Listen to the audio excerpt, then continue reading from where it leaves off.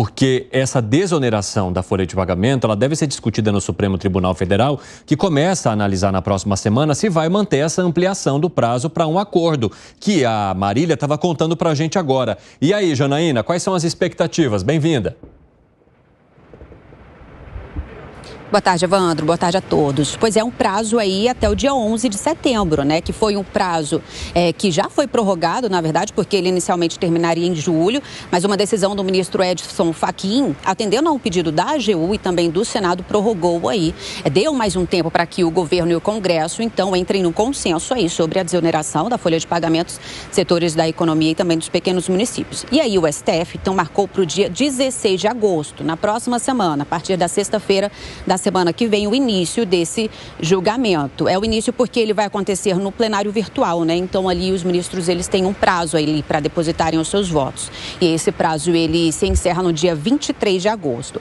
Então, nesse pedido para prorrogação, que foi aceito em julho, durante o recesso judiciário, o recesso também no Congresso, o ministro AGU e o Senado alegaram aí que há disposição, sim, do governo e do Executivo para que elaborem, para que eles tentem elaborar, né, esse acordo de compensação à desoneração, mas que isso não foi possível exatamente por conta do recesso. Então, só para lembrar esse caso, em abril deste ano, o ministro Cristiano Zanin, ele suspendeu a desoneração que foi aprovada pelo Congresso, alegando aí que ao aprovar essa medida o Congresso não especificou aí, não detalhou os impactos fiscais. No mês seguinte, ele deu 60 dias de prazo, né, para que o governo e o Congresso entrassem aí no consenso, prazo agora que foi prorrogado, então que agora vai ser analisado nesse julgamento que começa na semana que vem. E aí, Evandro, tem um outro assunto aqui no STF também envolvendo o Congresso, que saiu agora há pouco, do ministro Flávio Dino. Ele atendeu, deferiu aí, em parte, esse pedido, aquele pedido do Procurador-Geral da República, Paulo Gonet, para suspender as emendas PIX, né?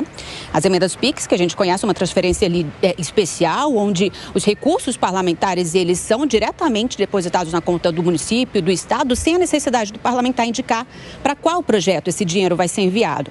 Então, nessa decisão, o ministro Flávio Dino, ele disse o seguinte, que ficam autorizadas as emendas PIX somente no caso aí em que elas atendam os critérios de rastreabilidade e transparência e também em casos de obras em andamento aí para atender situações de calamidade pública. E aí, nessa decisão, o ministro também disse o seguinte, que esse novo modelo, que o modelo atual, na verdade, de emendas PIX aí de pagamento, é um modelo que exige inovações também nos sistemas de controle para que a Constituição seja cumprida.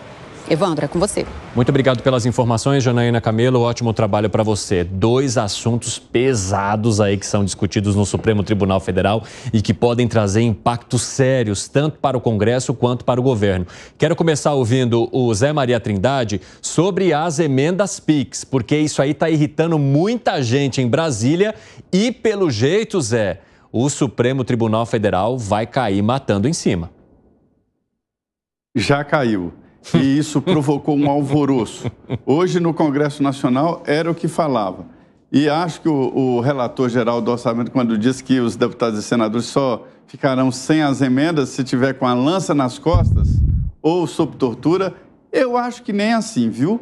Nem sob tortura, nem com lança nas costas, os deputados e senadores abrirão mãos desta emenda PIX e das emendas em geral. Eu vou repetir o número aqui que eu disse ontem, 55 bilhões de reais estão à disposição do Congresso Nacional. Isso das emendas parlamentares, as emendas de comissão, as emendas regionais, onde os deputados adotam uma obra e votam, né, para que a emenda seja nessa obra. Então, são vários tipos de emenda, não é só a PIX que existe. Então, os deputados e senadores não ficarão livres disso. E aí a reclamação foi tão grande que encheu o ouvido do Arthur Lira. Sabe o que ele fez? Falou, sabe de uma coisa? Foi lá na Procuradoria-Geral da República, bateu lá, falou, que história é essa de considerar a emenda inconstitucional? Essa é uma prática do Congresso Nacional. Veja bem que havia uma lei não escrita, não votada, de que os poderes não mexiam com outros.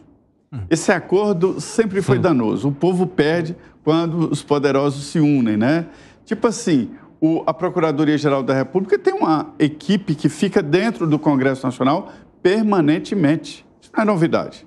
Todos os poderes têm, os ministros têm, né? O assessor parlamentar lá.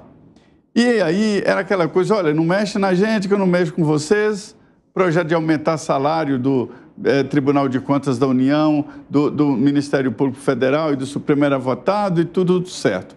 E aí a coisa se desenrolou.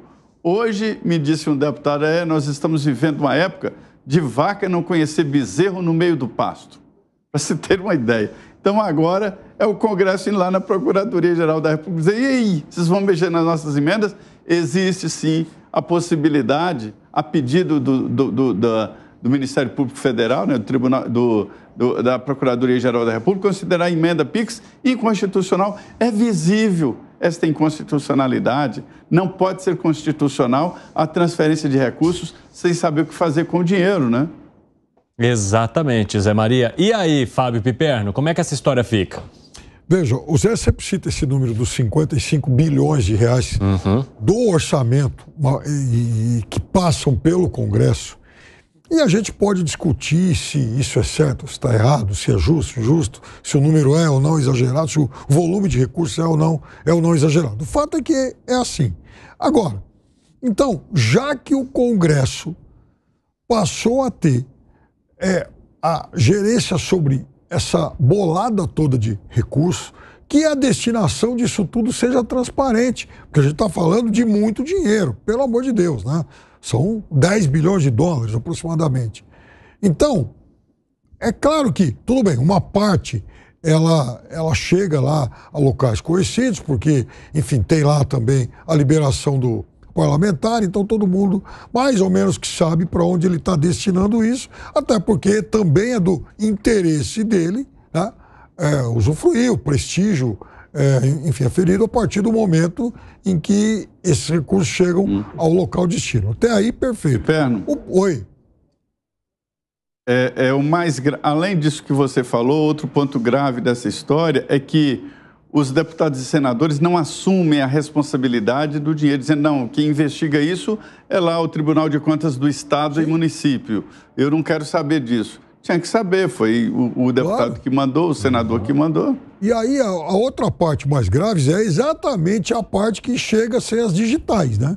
Quer dizer, então a emenda PIX, ela é uma forma, ela é um duto pelo qual grande parte dessa bolada dos 55 bilhões escoa sem que a gente saiba onde é que vai parar. Esse é o problema. Então, é óbvio que a PGR e agora o ministro Flávio Dino tomam posições num caminho correto. A questão é, com todos esses projetos que podem beneficiar o judiciário, enfim, juiz e tudo mais, que estão lá parados, como é que isso vai ser encaminhado? Eu até acho que desse confronto pode sair algo saudável para a sociedade. Sim. Porque aí os benefícios, os penduricalhos, eles ficam congelados e as emendas passam a ter digitais de quem as assina. E um outro confronto, Gustavo Segré, é o que envolve a desoneração da folha de pagamento. O governo está ficando cada vez mais uma encruzilhada com essa história. Sobretudo, Evandro, porque, segundo o Congresso, as propostas que o Congresso mandou para o Executivo cobrem essa falta de arrecadação. Segundo o Congresso, seriam 18 bi. O governo, o Poder Executivo, está dizendo que não, que deveriam ser 25 bi. Tem um processo aí, uma proposta, que é aumentar a contribuição social sobre o lucro líquido, especificamente dos bancos. E aí, claro, os bancos, que grande parte desses executivos votaram para que o governo Lula se eleja, dizendo, não, peraí, eu não votei para você aumentar a minha carga tributária, então tem uma pressão aí importante.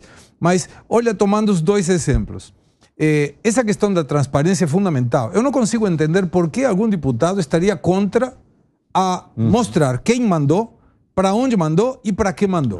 Não consigo entender. Qual é o problema de mostrar quem mandou, para onde mandou e para que mandou?